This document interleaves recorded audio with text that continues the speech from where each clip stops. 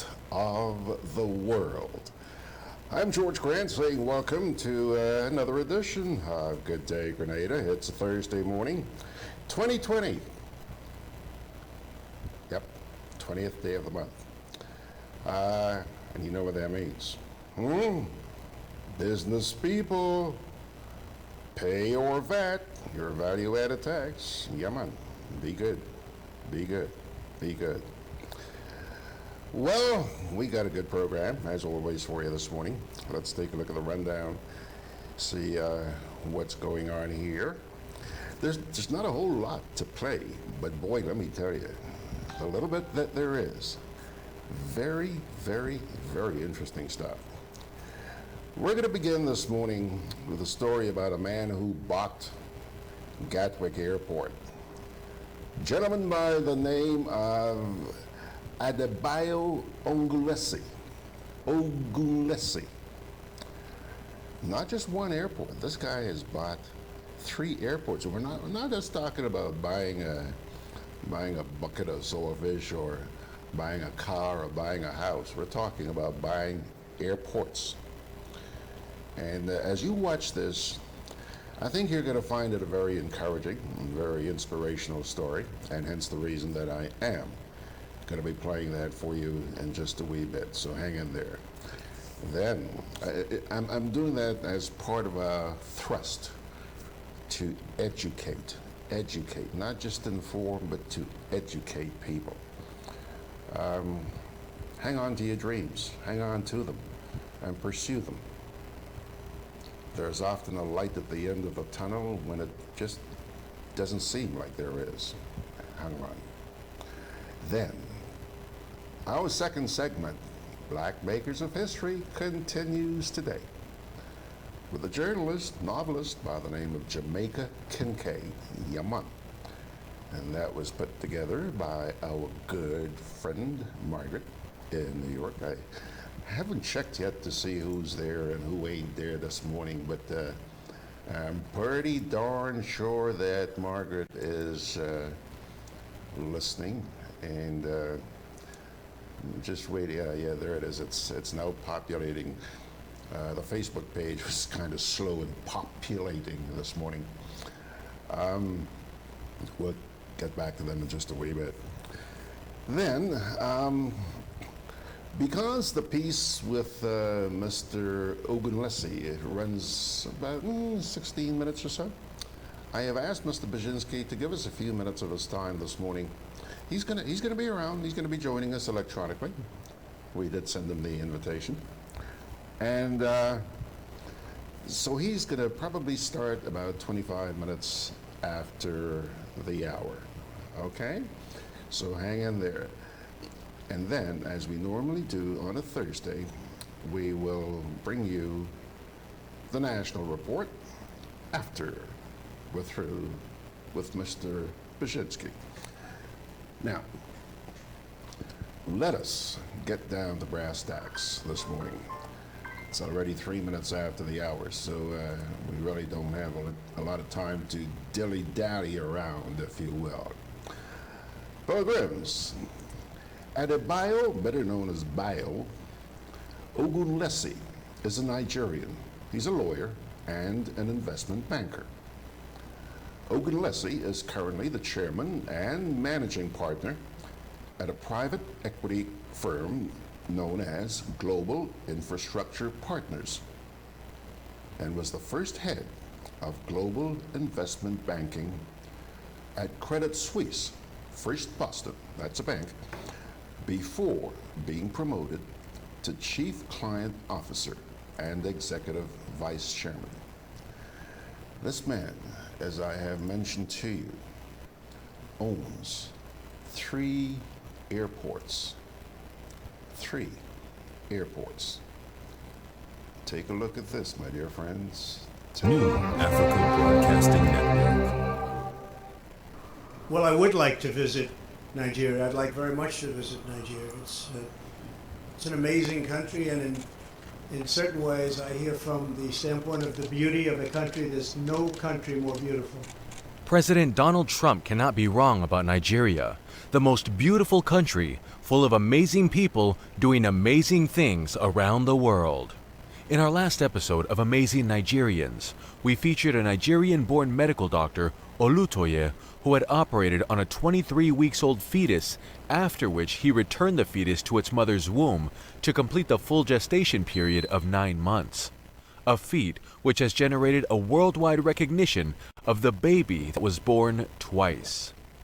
Today, we are featuring yet another distinguished Nigerian, Adebayo Ogunlesi, known as the man who bought the airports. Adebayo Ogunlesi, the owner of Gatwick Airport, London City Airport, Edinburgh Airport, all in the United Kingdom. This outstanding first-class airport's owner is a Nigerian-born lawyer. Adebayo Ogunlesi is a highly successful investment banker and private equity tycoon. He is the founder, chairman, and managing partner of Global Infrastructure Partners, GIP, a New York-based private equity firm with over $35 billion in assets under investment. He is also the lead director at Goldman Sachs, where he is the chair of governance committee meetings, as well as the governance committee meetings. So I consult with Lloyd, I consult with management, but at the end of the day, I'm the one who decides what goes on the board agenda. And I think that's a very important element of ensuring that we have sort of strong leadership on the board to work effectively with Lloyd as chair of the board. Bayo, for short, is brilliant, super rich, sound, and highly refreshing whenever he discusses the implementation of his projects. And his business acumen is world-class. It is about performance. We are, at the end of the day, all about long-term performance, whether it's financial performance, reputational performance. And so when you step back and you say, well, what is the role? In 2010, Adebayo Ogunlesi, through his company, made international headlines when he led the bid for the acquisition of London's Gatwick Airport from the British Airports Authority in a recorded £1.51 billion deal.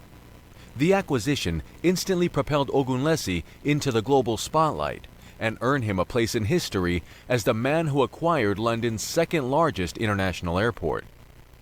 British Airport Authority, BAA, failed to halt the recession and the dwindling passenger numbers. In 2009, the airport reportedly recorded a pre-tax loss of over £780 million. When Adebayo, investment mogul, acquired the airport, he promised to make Gatwick a truly first-class international airport and substantially improve patronage and the customer experience. And he did it. What does it mean for us, the customers? What benefits will we get? Obviously, what we hope to do is to work with the airlines to make sure that we, over a period of time, significantly improve the travel experience at Gatwick. He turned Gatwick Airport to be the most beautiful, most elegant, most inviting, and one of the most profitable international airports around the world. If you are around London or flying to London, we suggest that you fly through Gatwick Airport and experience one of the most beautiful international airports in the world. You will love the experience. The purchase of Gatwick Airport may have grabbed all the headlines, but Adebayo's company, GIP, has some other noteworthy assets in its portfolio. To kickstart his chains of investments, especially in the aviation industry, Mr. Adebayo's GIP bought London City Airport for an estimated £750 million in 2006. Adebayo Ogunlesi spearheaded a series of operational improvements aimed at boosting capacity and improving the operating offering and service quality. According to information available on GIP's corporate website, London City Airport's passenger numbers grew by 22% in its first full year of ownership. Adebayo recently sold the airport for a whopping £2 billion to Canadian pension funds. In 2012, Adebayo's company, Global Infrastructure, also added Edinburgh Airport, England, to its portfolio. The former operator, British Airport Authority, BAA, sold the airport to Adebayo Ogunlesi. Adebayo also have substantial stake in Biffa Limited, a UK-based waste management company. Adebayo's eye on Africa. Adebayo Ogunlesi has helped champion the African economic renaissance. In 2009, he was appointed non-executive chairman of the Africa Finance Corporation, AFC, a financial institution set up to revamp Africa's critical infrastructure and invest in key sectors of the continent's economy. In Nigeria, Ogunlesi was spearheading the corporation's attempt to address the country's epileptic power supply. In January 2011, it hosted a power sector roundtable to examine the key issues, identify the constraints, and proffer practical solutions to the challenges facing independent power plants, IPPs, in the country. But, for me, rather than sort of blame the Chinese, I sort of think the responsibility has to lie in the hands of the governments and the people of the continent. Okay? If Nigeria works out a deal for the Chinese to spend $40 billion on railroads, I think that's great. Now, it's up to Nigeria to actually make sure that that happens and to make sure that the infrastructure they build serves their needs. So I have no problems with China, and quite frankly, the US seems to have no problems with China as a source of capital, so why on earth should Nigeria or Ghana or anybody else have a problem with it? Adebayo's passion for his home country has seen him advising successive governments on fiscal policies, strategic management, and economic development. Who is this incredible Nigerian-born lawyer and investment banker? Adebayo Ogunlesi, called Bayo by family and friends, was born in Nigeria in 1953. The son of the first Nigerian-born professor of medicine to earn tenure at a medical school in his own country. His father, Emeritus Professor Theophilus Ogunlesi, was the first Nigerian-born professor of medicine and tutored at the country's premier university, University of Ibadan.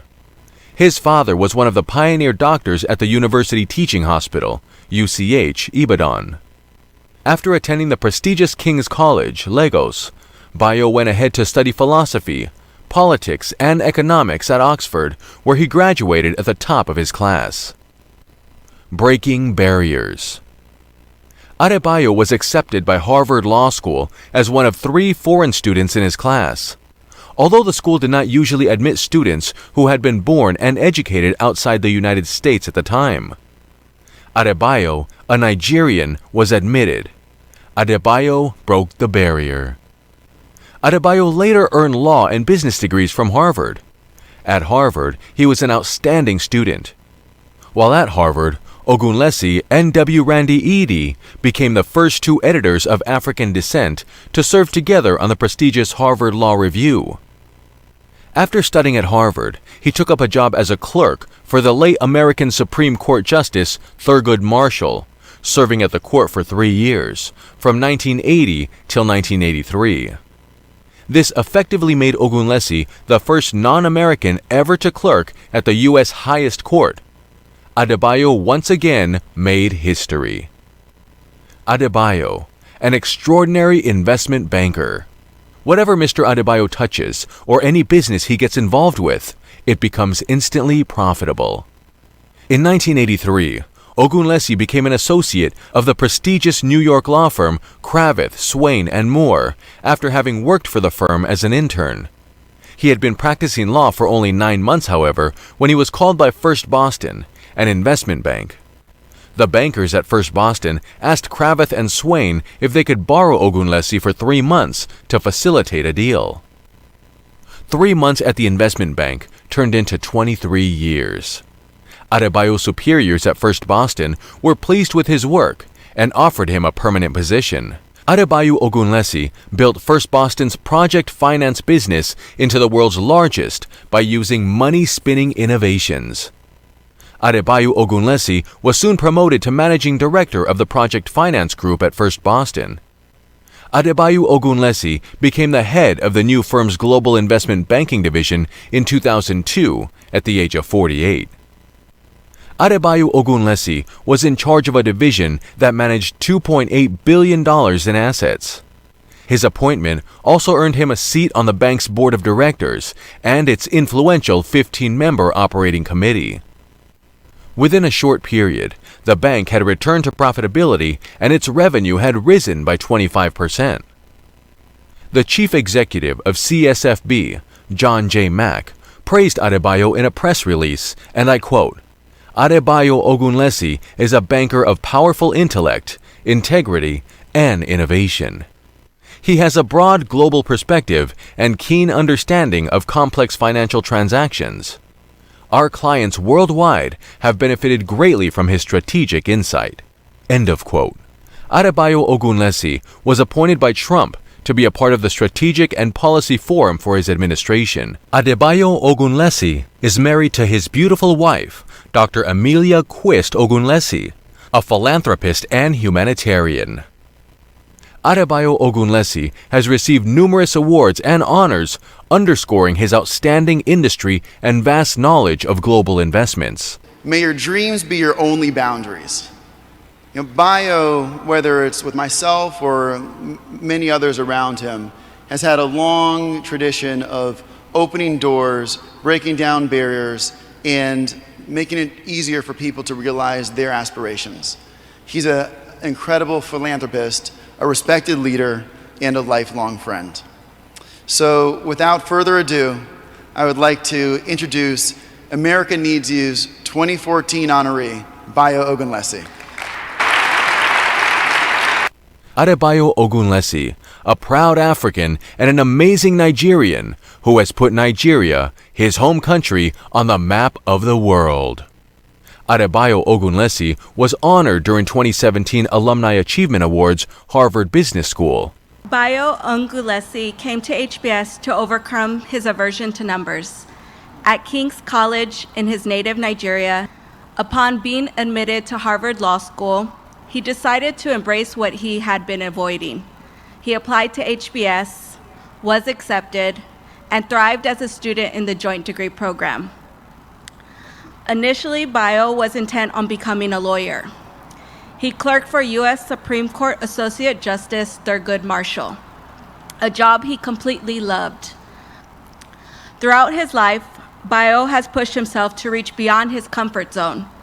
In 2006, eager to try something new, he and several partners launched their own firm, Global Infrastructure Partners, which today manages over $40 billion for its investors. Their expertise at running large projects, including London City and Gatwick airports and the Port of Melbourne, for example, has led to remarkable success. Bayo's advice for others is this: have courage. Adebayo O. Ogunlesi, JD MBA 1979, Chairman and Managing Partner, Global Infrastructure Partners.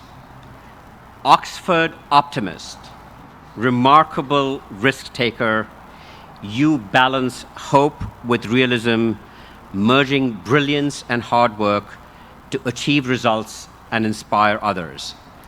Native son of Nigeria, the impact of your influence is felt on a global scale. Bayo, today we honor you and celebrate the many, many ways in which you make the world a better place.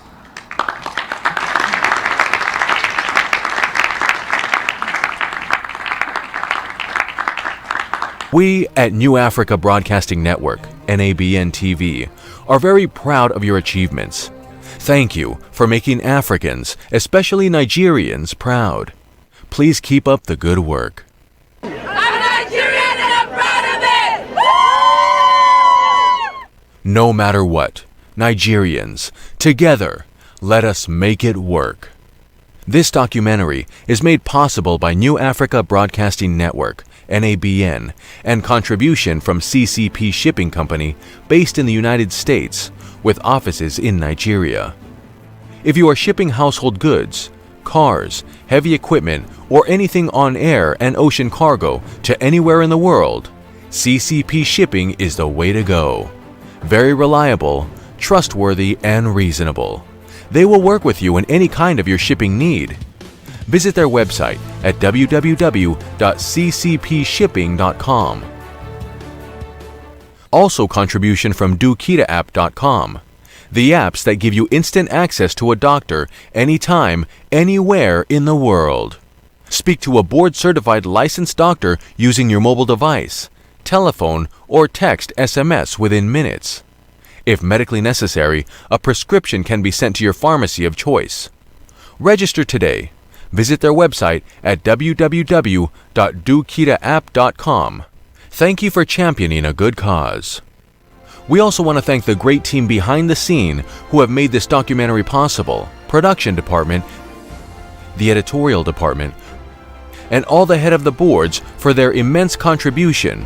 We appreciate you. On behalf of our executive producers, Moses Adedeji and Joy Adedeji, thank you for staying tuned. Please subscribe to our YouTube channel, like us on Facebook, follow us on Instagram. We are also on Twitter. If you want to support any of our programs, please send us an email, nabntv@gmail.com, or visit our website at www.nabntv.com. My name is Brian Kamei. Thank you for watching. Please, Nigerians, subscribe to NABN so that you know what is happening at home. You're not going to get that from CNN or BBC or any other broadcasting corporation. Subscribe. Thank you. NABN TV, inspiring a new generation.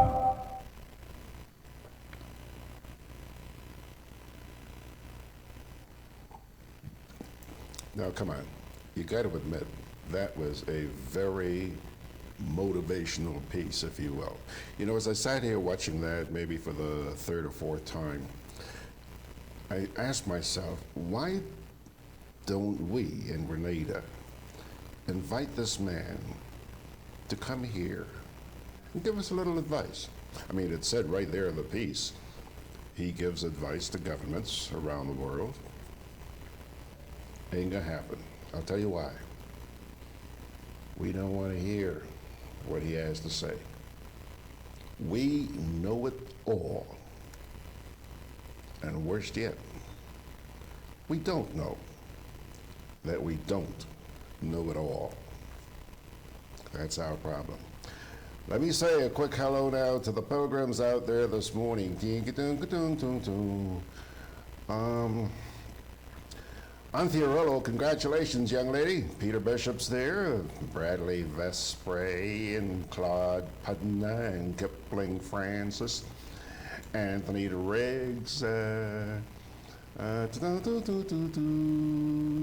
says, God bless you today, and may the blessings continue tomorrow. Thank you, Anthony.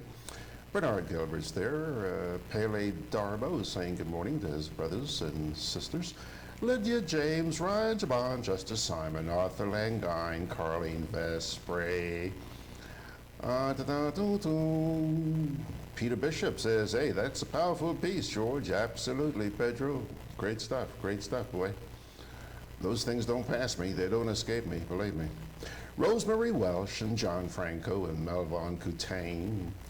Lawrence Kruthoff says he's watching. Good for you. Margaret Francis says, yeah, George, we need to see and tell more of these stories. Time to change the negative narrative.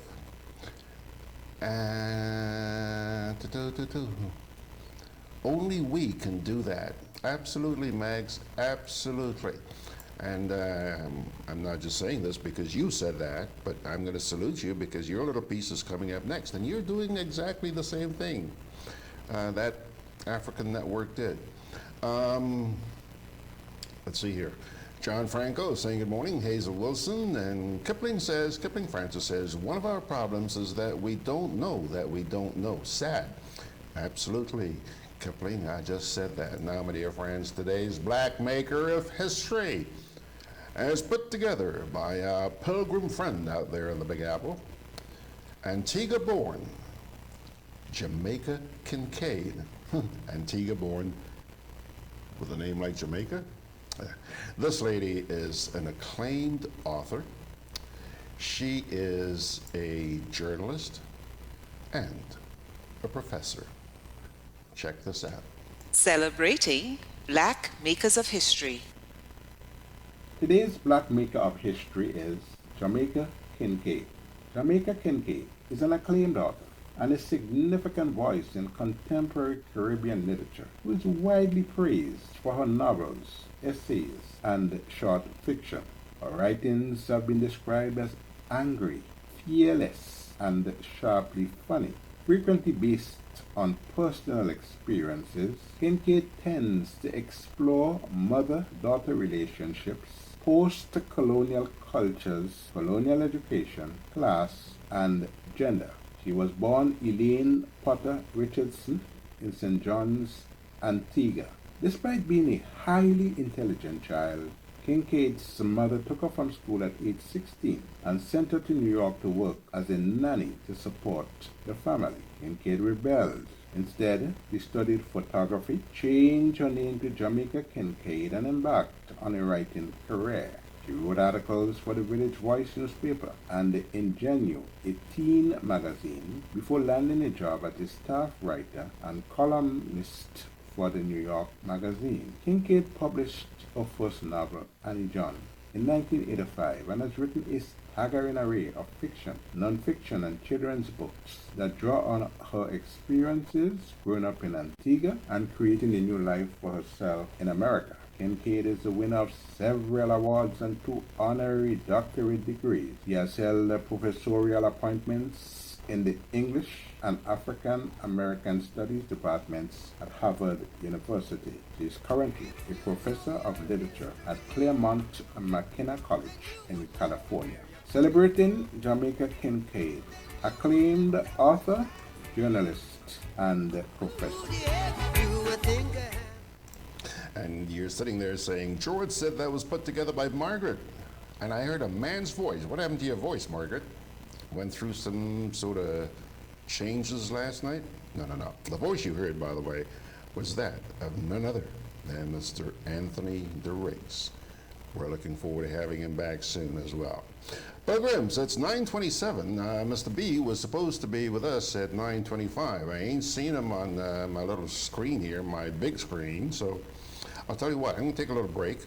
If he's not back by the end of the break, we'll go into the national report, and then we will get to Mr. Bierzynski. Break time.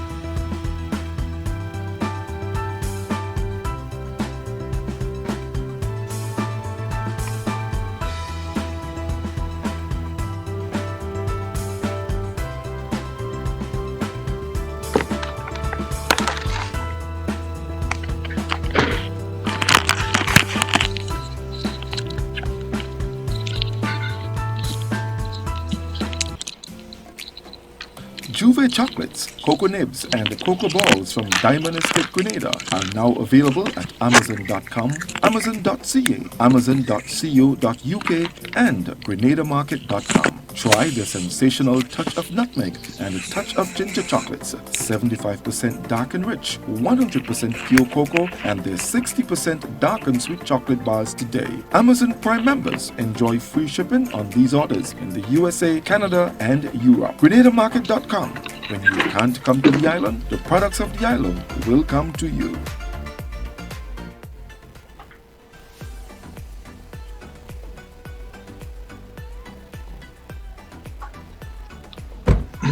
One more for the road. Look, I find you had a little too much to drink, you know. Let me drive. Nah, man, I good. Alcohol causes drowsiness, slow response time, distorted vision, impaired decision-making, blackouts, decreased coordination. Drinking water does not make you less drunk. Never drink and drive. It takes only a second. I'm really sorry. Sorry? Sorry can't bring back my sister. You've been drinking. I can smell it. Why? This message is brought to you by this group of insurance companies, the Traffic Advisory Body, and the Traffic Department. Together with you, our customers, we energize our community. Together with you, we energize our economy. We are working together to give our nation a better tomorrow. With you, we energize our future. Together, we energize our nation. Thank you for partnering with us as we energize our Spice Island. GRENLEC, energizing our Grenada. All righty, folks, there he is, Mr. Allan Bierzynski. Good morning to you, Mr. B. Good morning. How are you, sir? I'm very well. You're Yourself? very well. I guess you were trying to give me one of those Fred Sanford's hat-a-tat, huh? I mean, The big one, baby? Pardon me? You're getting the big one, baby? Yes, I'm getting. I was getting the big one, but I didn't see you because it's very unlike you, Mr. B, to be even a minute or two late. I mean, you're usually early. So, anyhow, good to see you, sir. Mr. B, let me give you a little heads up. There's something I'm going to throw at you a little later on in this conversation, but I don't want to waste any time. So you go first. And by the way, your internet this morning is, we're seeing you and we're hearing you, but you're a little bit jerky. I'm not being rude. I'm just saying your internet's a little bit jerky. So, go ahead, sir. Yeah, I don't know why that would be. Nevertheless, we have been privy to the events in the United States over the last 3 years or so, where it does appear that the current administration is consumed by the decisions taken by the previous administration, and it seems that every few weeks or so there is a repeal or change or a reversal of some policy done during the Obama years. It seems not to have any logical foundation. It appears, on the face of it, anything that the previous administration did, for good or for ill, it's going to be reversed, changed, thrown out. And it got me thinking, as I am sure you will understand, as to what is the reason for this long-standing battle against GRENLEC, which has been the feature of this administration all the time it has been in office.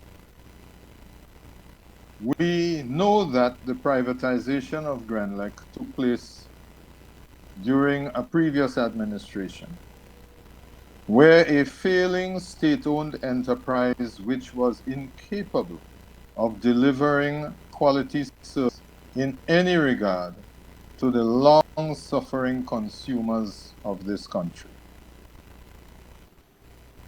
In like manner, we have a failing state-owned enterprise called the Grenada National Marketing Reporting Board, which up to yesterday we were told is going through an financial situation and is engaged in litigation. There's a court matter. The current chairman of that failing state-owned enterprise has long experience in chairing other state-owned enterprises, but he failed to indicate what is the nature of the court case that that state-owned enterprise is currently involved in, or what are the circumstances which led to its current unstable financial situation. Well, since he has chosen not to disclose these salient facts, one is left to speculate. I am not a subscriber to unfounded speculation, so therefore I will go back to the report of the Royal Commission of Inquiry. which dealt with the activities of a certain cabal. The names are in the report.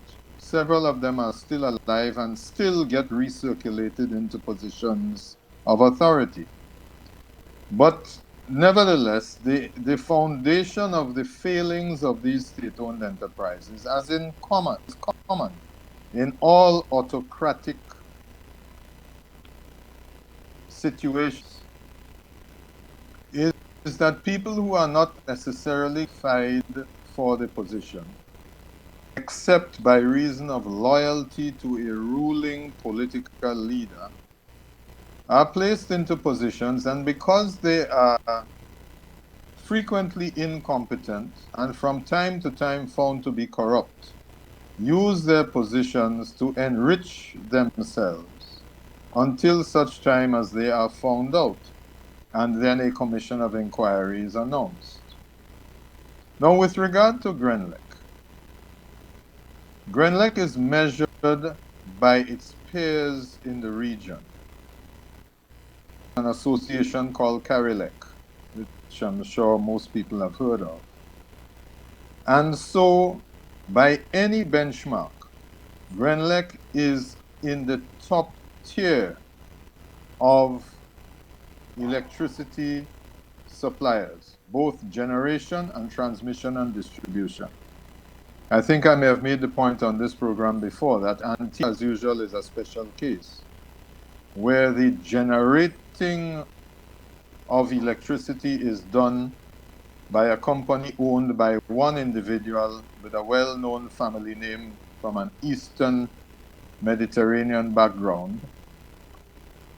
Transmission and distribution is the responsibility of government, because that is where you get expenses and not revenue, except from the person who generates the electricity, who sells it to you, and you have to find a way to recover. So it doesn't work very well in Antigua. And so by far, Grenlec is a world-class provider, not just in the region, but world-class provider.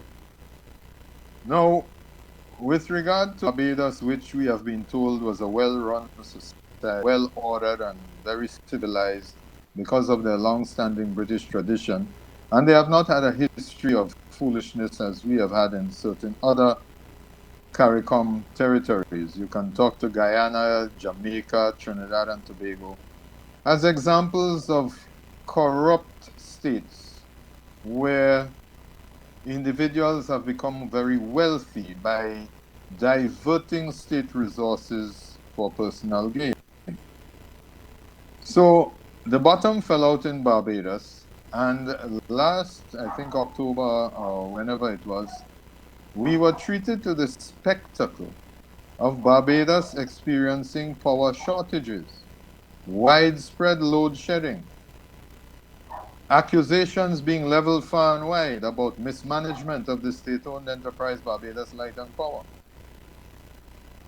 We, on the other hand, since privatization, have not only benefited from a regular and well-regulated supply of electricity, but the shareholders of Grenlec, the shares of which are quoted on the regional stock exchange in the OECS, after the initial period of reorganization, recapitalization, and re-engineering, as it were, have benefited from a steady stream of investment returns. 21% of that investment is held by the government and the National Insurance Board. I repeat that it is important to note the investment of the National Insurance Board, which is required, it is mandated, it is essential for the National Insurance Board to have secure long-term investments so that they will be able to discharge their responsibilities to the contributors. That is, to provide for the benefits. So you ask yourself the question, why would anybody try to interfere with such an investment? And who is the anybody, as we've spoken about before? The Public Utilities Regulatory Commission, which has embarked a process which it appears is questionable. And I say questionable because of the inadequacies and inconsistencies in the consultative process to which I have made previous reference. As recently as last week, when I tore up a page in the draft that they have produced for the licensing arrangement, which prescribes that all shares of Grenlec held by private persons shall be irrevocably transferred to the Government of Grenada free of charge at the end of the license term. And after I read that twice last week, I tore up the piece of paper because that is what it deserves. But more importantly, it is the consultative process that is prescribed in the guidelines of the said Public Utilities Regulatory Commission that have been signally absent from the public domain. Why has the consultative process that they have prescribed not been followed? What is it that they are hiding? What is this vendetta? It appears to me. So don't try to sue me. It appears to me as a vendetta that the government is engaged in against Grenlec, a company in which they own 21%. Well, I have to speculate that if I go back in history, at the time when it was a state-owned failing state-owned enterprise, which is what led to its privatization, a cabal was involved in inefficient procurement practices, many of which are the subject of the report of the Worrell Commission of Inquiry. Members of that cabal are still around. Perhaps it is that they wish to return to those days and to return to a form of government or administration known as a kakistocracy. If you look it up, you will see that a kakistocracy is a system of government where the least qualified, the most inefficient, and the most loyal are placed into positions of absolutely predictable catastrophic results. And I'm done. Yes, AB, and you're done just in time because in the last couple moments there, we really started to have a cracked up internet, if you will. But I'm going to take this liberty to ask you this question. You're puzzled about or by the attitude towards Grenlec. I'm hearing talk on the street, and I have to keep bringing this up because it seems like every day this week I've heard this talk, that Grenlec, it appears, is about to be taken over by the Chinese. Have you heard anything to that effect, sir? Well, again, I will have to say that the shares of 29 of which are owned by individuals, another 21% by the government and the NIS between them, are traded on the OECS stock exchange.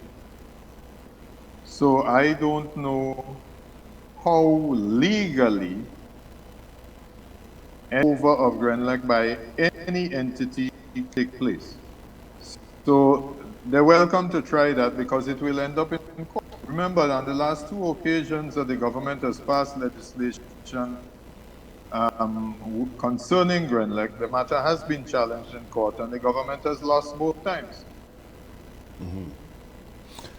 Okay, now wasn't it last week you mentioned something about you having reviewed some documents put out by the Public Utilities Regulatory Commission suggesting that the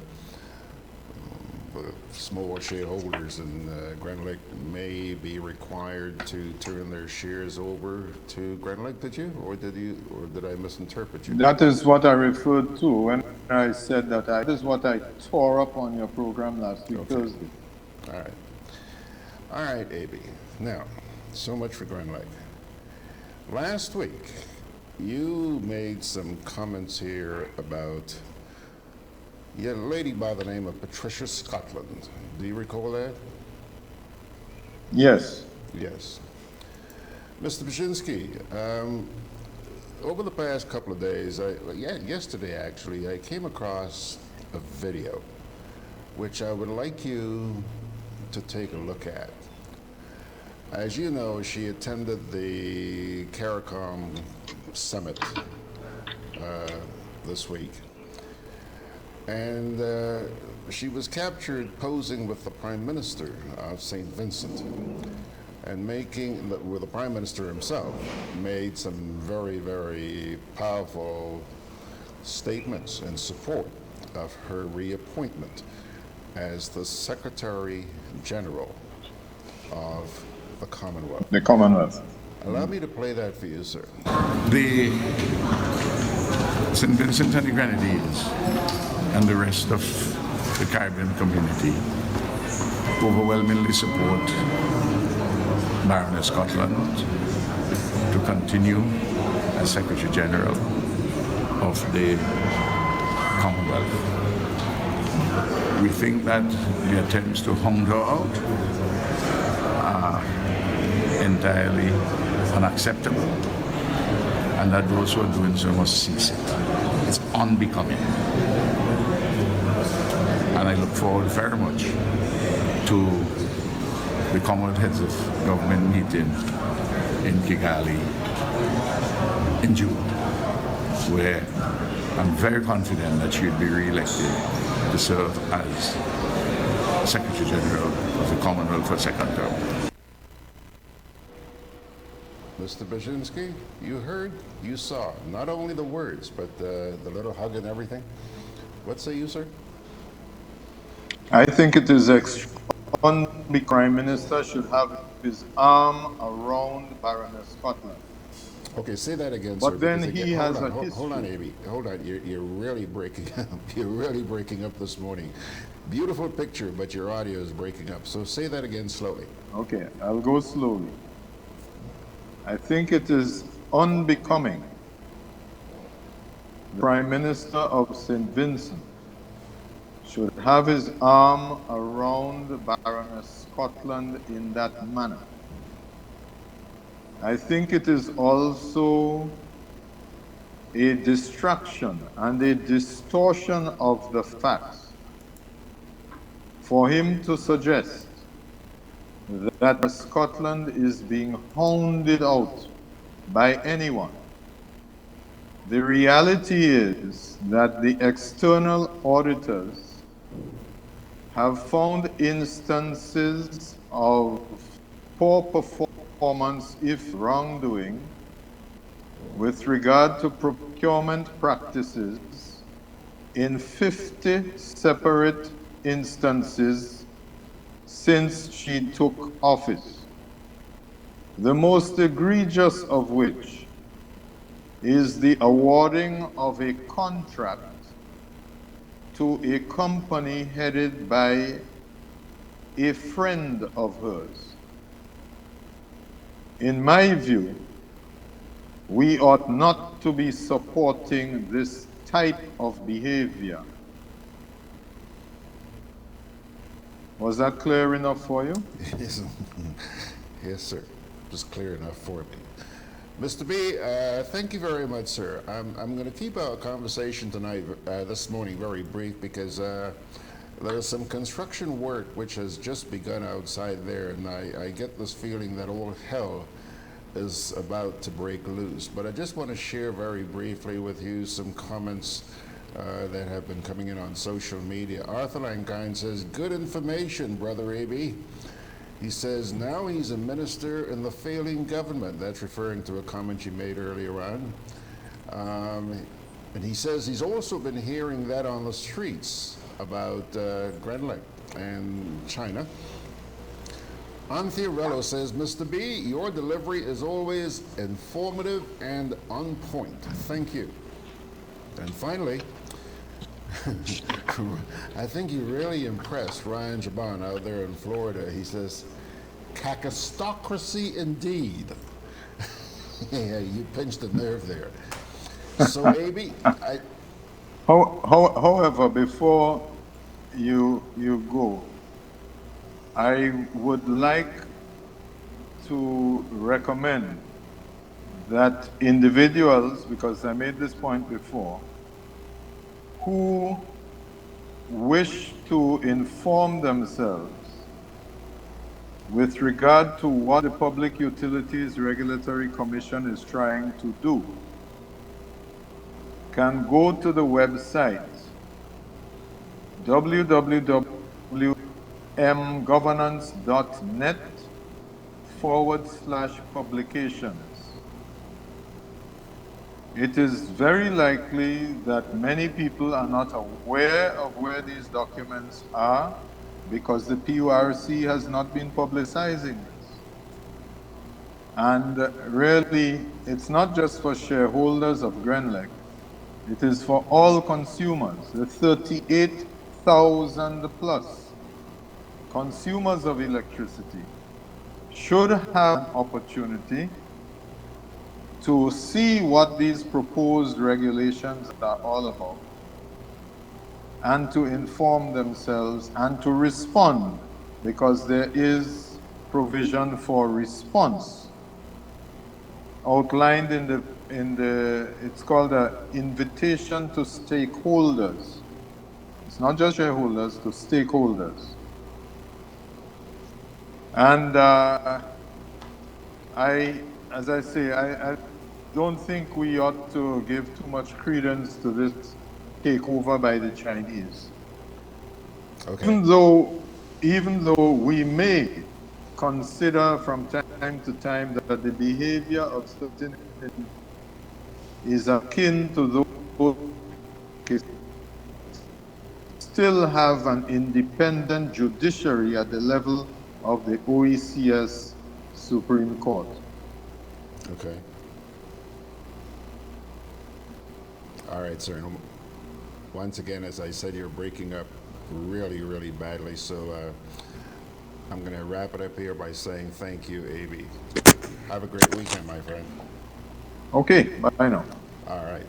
Break time. Inspection and licensing have begun, and at Hubbard's, we want you to be ready. From January to February 15th, we're offering vehicle owners with single registration letters 1 to 2,500 and plural registration letters 1 to 250, 10% off our new torque tires and Power Max batteries. Don't get caught unprepared. Visit us today at our motor department in Mungay or our tire bay in Grandance, located near Hubbard's Building Supplies.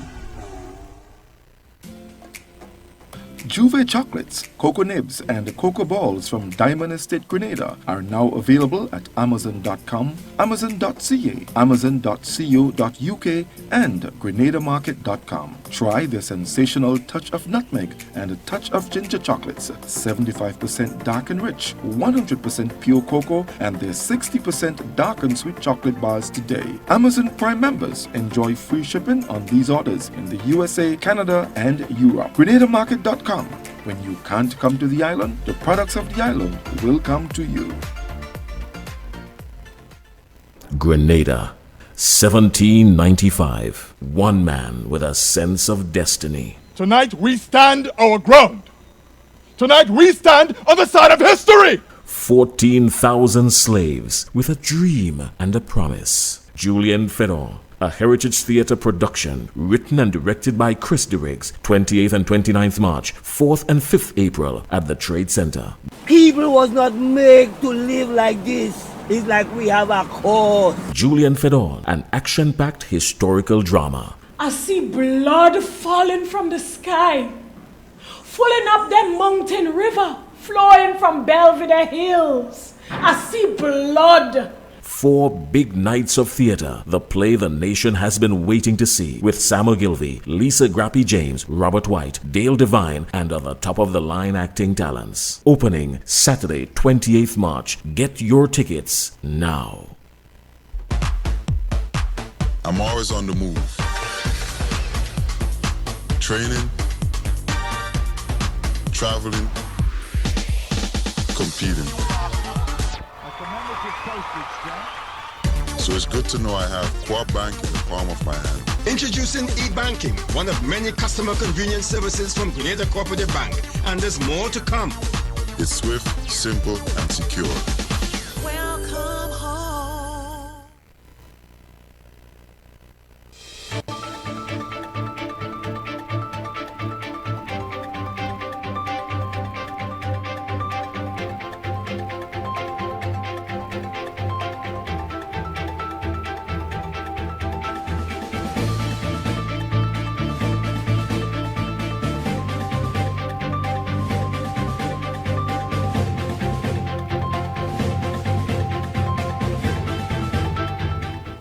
Kimpton Kawana Bay says Mon Rouge Road network upgrade to begin soon. We'll have details to this story and more in the National Report.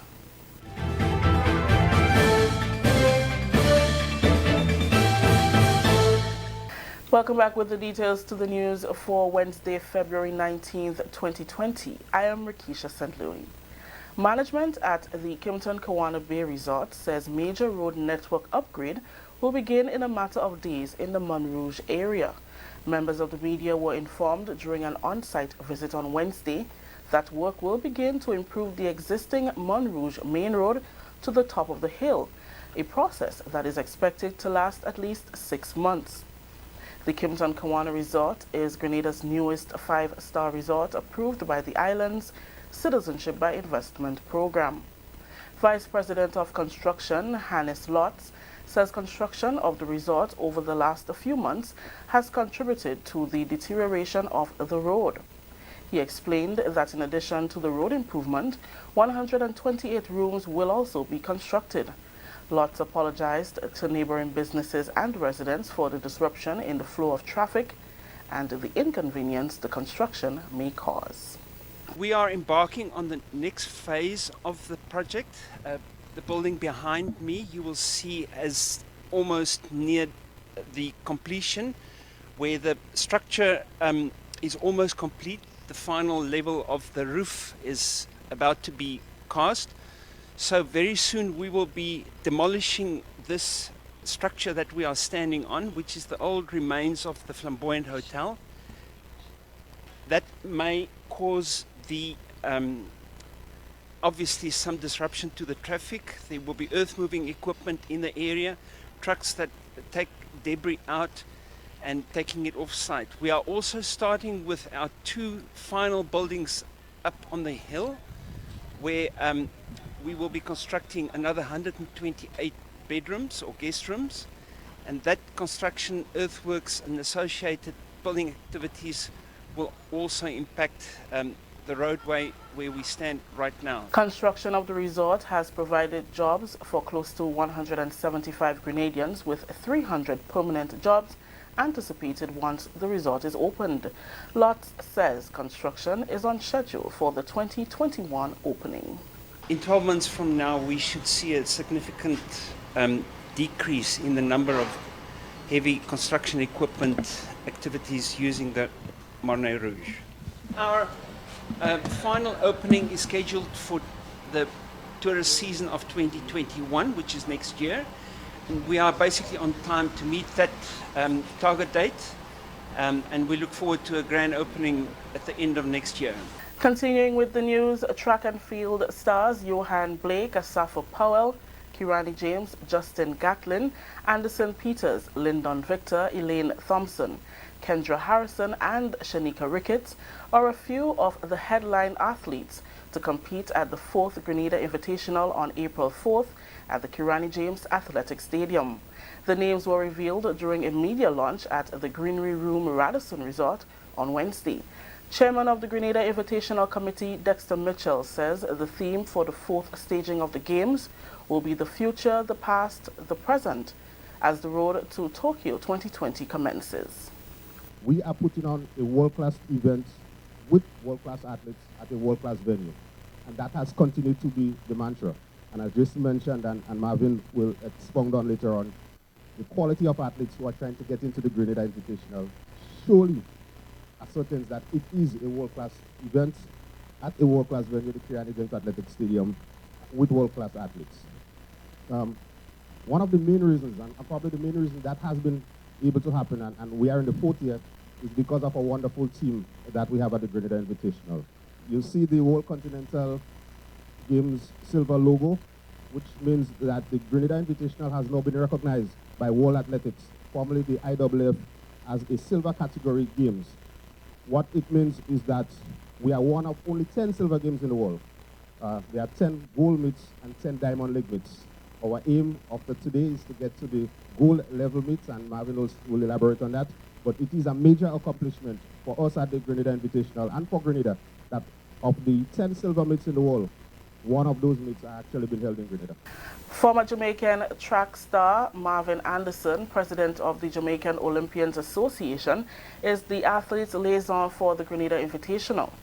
Marvin says so far athletes from 20 countries have participated in the Grenada Invitational over the past 3 years, which has added value to the games and marketed the Pure Grenada brand. When last year someone like Shelly-Ann Fraser-Price posted on her Instagram that she's going to be in the Grenada Invitation, immediately within 5 minutes, we have well over 350 of our followers aware of Grenada. I mean, just like that. So these are the type of impact that we have with our athletes. Once our athletes get the name out there, it really brings a buzz about Grenada. And while in some circles, people might not be aware of Grenada, because you think of athletics in the Caribbean, everyone thinks in Jamaica, Jamaica, Jamaica. But when we have our athletes come here and they really use their social media platform to really promote their experience and what's happening here, it's mile and value to Grenada that I wouldn't want to put a dollar value to that. In related news, Grenada's Minister for Sports is applauding the efforts of the Grenada Invitational Committee to mobilize and showcase some of the biggest names in athletics in Grenada. Wednesday's media launch signaled the commencement of promotion of the Grenada Invitational event, which is now recognized by the World Athletics Association, formerly the IAAF, as a silver category games. I see this in the context because I have an integral and intimate involvement in everything that went on and continue to go on with Grenada Invitational. And we have had I say we because of course the government is a key stakeholder. We have had a very, I don't want to say difficult, but an interesting journey to where we are today.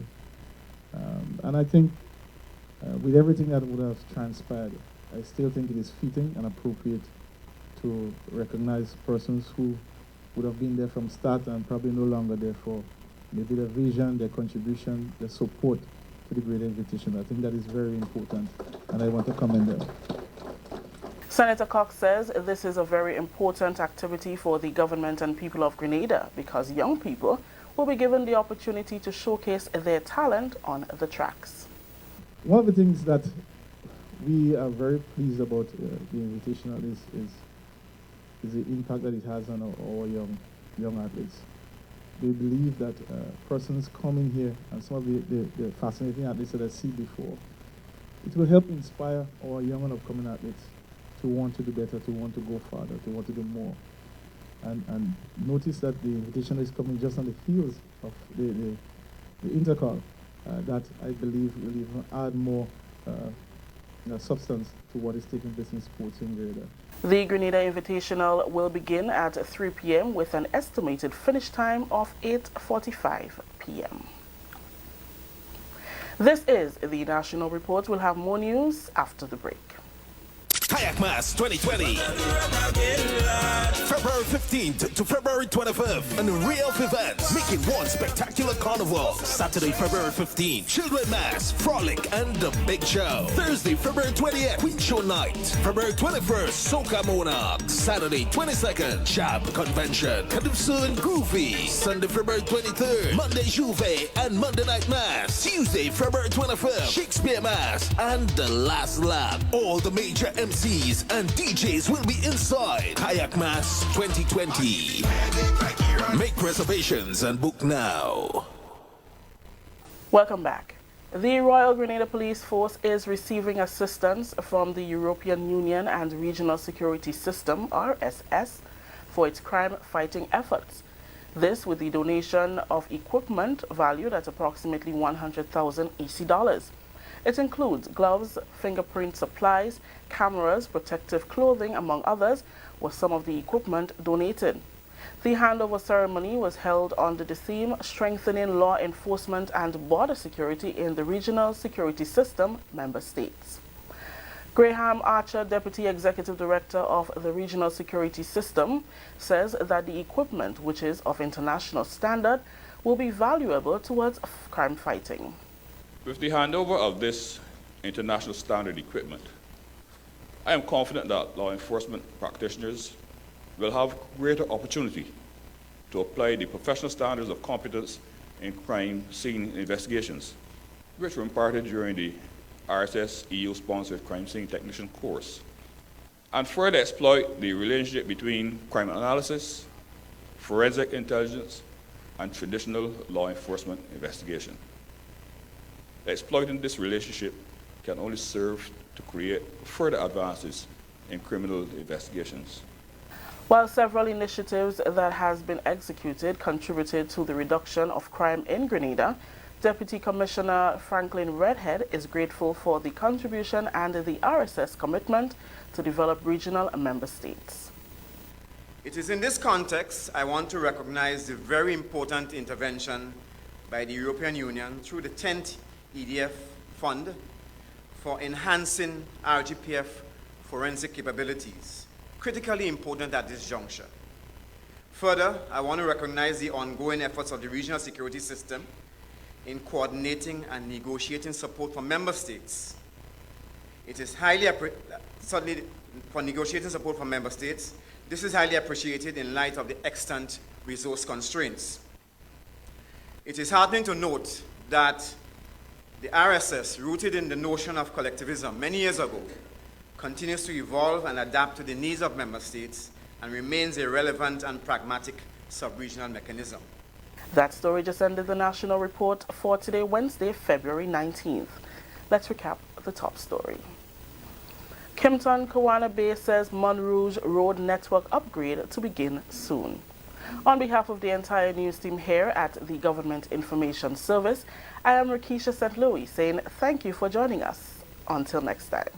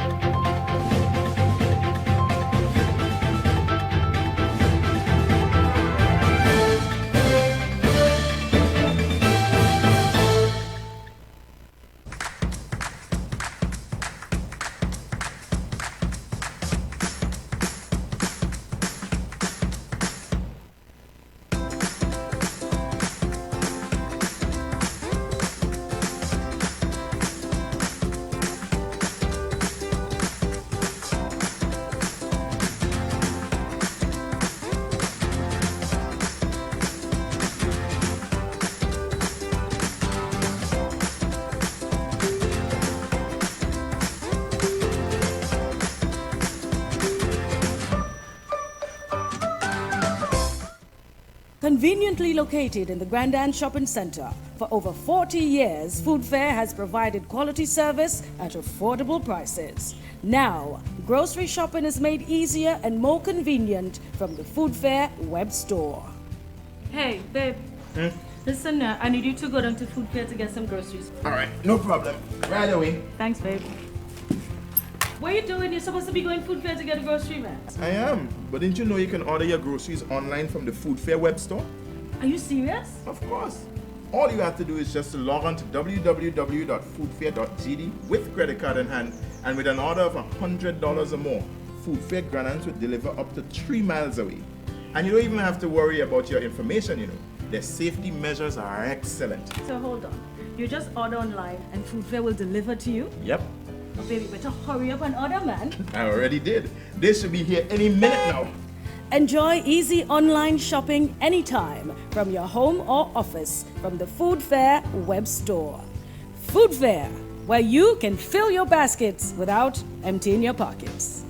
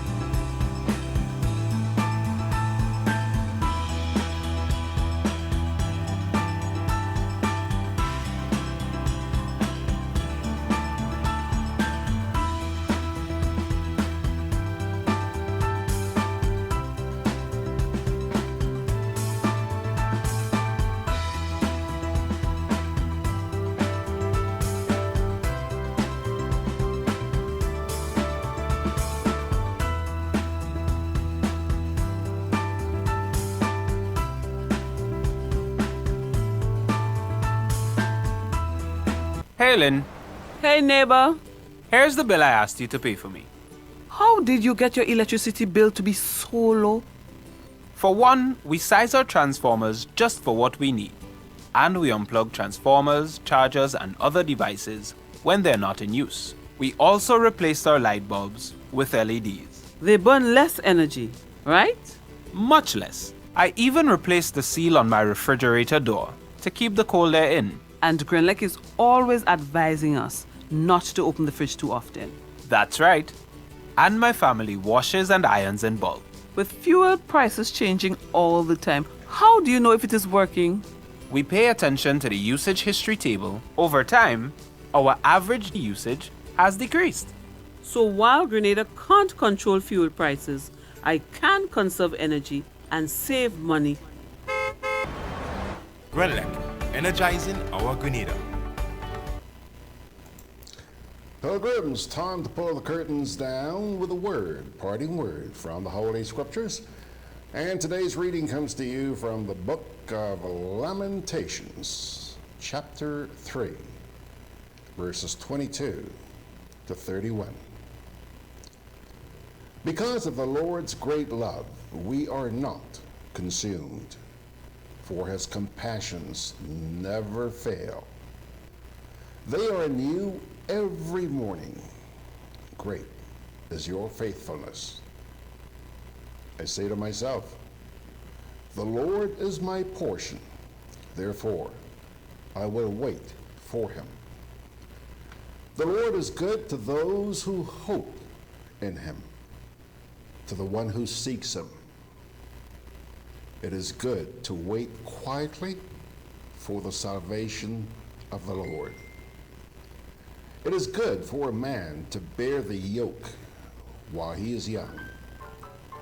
Let him sit alone in silence, for the Lord has laid it on him.